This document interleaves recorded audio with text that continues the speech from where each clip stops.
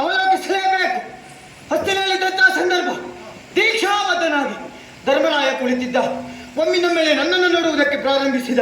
ಈ ಕಡೆಯಲ್ಲಿ ಕುಂತಿದ್ದೇವೆ ಕಣ್ಣಿಂದ ಧಾರಾಕಾರವಾಗಿ ನೀರು ಬರುವುದಕ್ಕೆ ಪ್ರಾರಂಭವಾಯಿತು.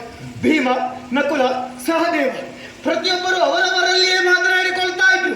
ಹಾಗಿದ್ರೆ ವಿಚಾರ ಏನು ತಿಳಿಯುವುದಕ್ಕೆ ಆಸಕ್ತರಾಗಿರುವಂತಹ ನಾನು ನಮ್ಮವರಿಂದ ವಿಚಾರ ತಿಳಿದೆ. ಚಂಪಕಾನಾಡಿಗೆ ಅಶ್ವಪ್ರವೇಶ ಮಾಡಿದಂತೆ ಅಲ್ಲಿ ಅಧಿಕಾರಿಗಳು ಅಶ್ವವನ್ನು ಬಂಧಿಸಿದರಂತೆ. ಸೇನಾ ನಾಯಕರಾಗಿ ಸುಧನ್ವ ನೇಮಕಗೊಂಡ. ನಂತರ ಆದದ್ದು ಸುಧನ್ವನಿಗೂ ಅರ್ಜುನನಿಗೂ ಕಾಳಗ. ಪರಿಣಾಮ ಅರ್ಜುನ ಸೋತಿದ್ದಾನೆ. ವಿಚಾರವನ್ನ ಕೇಳಿದಾಗ ಪ್ರತಿಯೊಬ್ಬರು ಹೆದರಿಕೆಗೆ ಒಳಗಾದದ್ದು. ಭೀತಿಗೆ ಒಳಗಾದ ಅವರಿಗೆಲ್ಲ ಅಭಯವನ್ನ ಹೇಳಿದ್ದೇನೆ.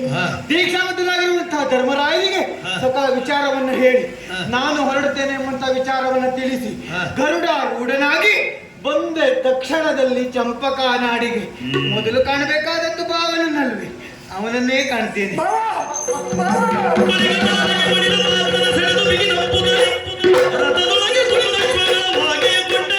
ಅಯ್ಯೋ